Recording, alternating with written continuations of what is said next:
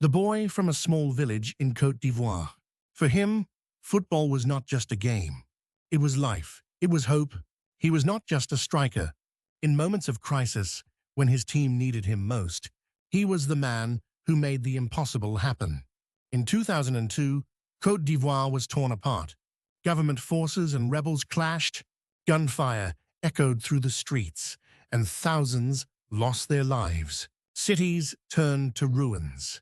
People lived in fear, but in the midst of chaos, there was one man, a footballer whose dream was not just to score goals.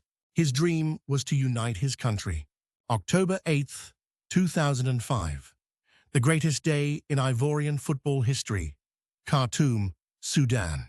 Côte d'Ivoire was about to play their final match of the 2006 World Cup qualifiers against Sudan. The result of this game would decide their fate. Background: the dream of a first-ever World Cup. Côte d'Ivoire had never qualified for a World Cup before, but led by Didier Drogba, the team had fought through the qualifiers, chasing a historic moment. Yet, there was a problem. They were not in control of their own destiny. Group 3 standings before the final match. Cameroun 20.2, Côte d'Ivoire 19 points. Match venue Al-Merreikh Stadium, Khartoum, Sudan. What was needed: Côte d'Ivoire had to win, and Cameroon had to lose or draw against Egypt. Kickoff: Sudan versus Côte d'Ivoire. The match began. The Ivorian players had fire in their eyes. They were not just playing football. They were fighting for history. In the first half, Côte d'Ivoire struggled against Sudan's tough defense. But Drogba kept urging his teammates on. "We can do this." And then, in the 36th minute, the moment arrived. Aruna Dindane scored. Côte d'Ivoire took the lead in 0. But even as they celebrated, their eyes remained on the other match. What was happening in the Cameroon versus Egypt game? Second half. Another goal needed.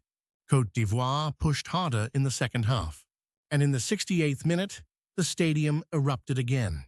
Aruna Dindane struck again, 2-0. Victory was near, but Cameroon was leading 1-0 against Egypt. If Cameroon won, Côte d'Ivoire's dream would be over. The final minutes ticked away. The Ivorian players were not just waiting for the referee's whistle. They were waiting for news from the other game. The final twist: Egypt's last-minute penalty. Then, something incredible happened in Cameroon's match. In the last moments of stoppage time, Egypt was awarded a penalty kick. If they scored, the match would end in a 1-1 draw, and Côte d'Ivoire would qualify for the World Cup. The Ivorian players held their breath. Their fans, the people in the streets, everyone watched as the Egyptian player stepped up. The shot was taken. Goal: Egypt 1-1 Cameroon. Suddenly, tears filled the eyes of the Ivorian players. They were still on the pitch, but they knew their dream had come true. Côte d'Ivoire had qualified for their first ever World Cup. Côte d'Ivoire has made history. As the final whistle blew, players collapsed in joy. They had done it, but in that moment of victory, Didier Drogba was thinking beyond football. He picked up a microphone, and from the locker room, on live television, he sent a message to his war-torn nation. "People of Côte d'Ivoire, please listen. Do you see this joy? Today, we have proven that we can be united. There are no North and South.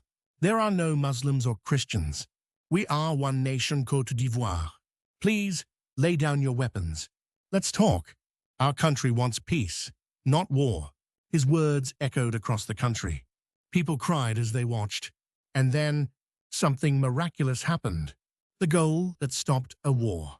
A few weeks later, the government and rebel forces agreed to a ceasefire.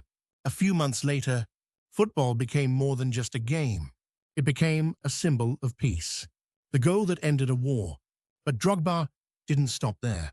He met with political leaders, persuading them to host a national team match in Bouaké, the rebel stronghold.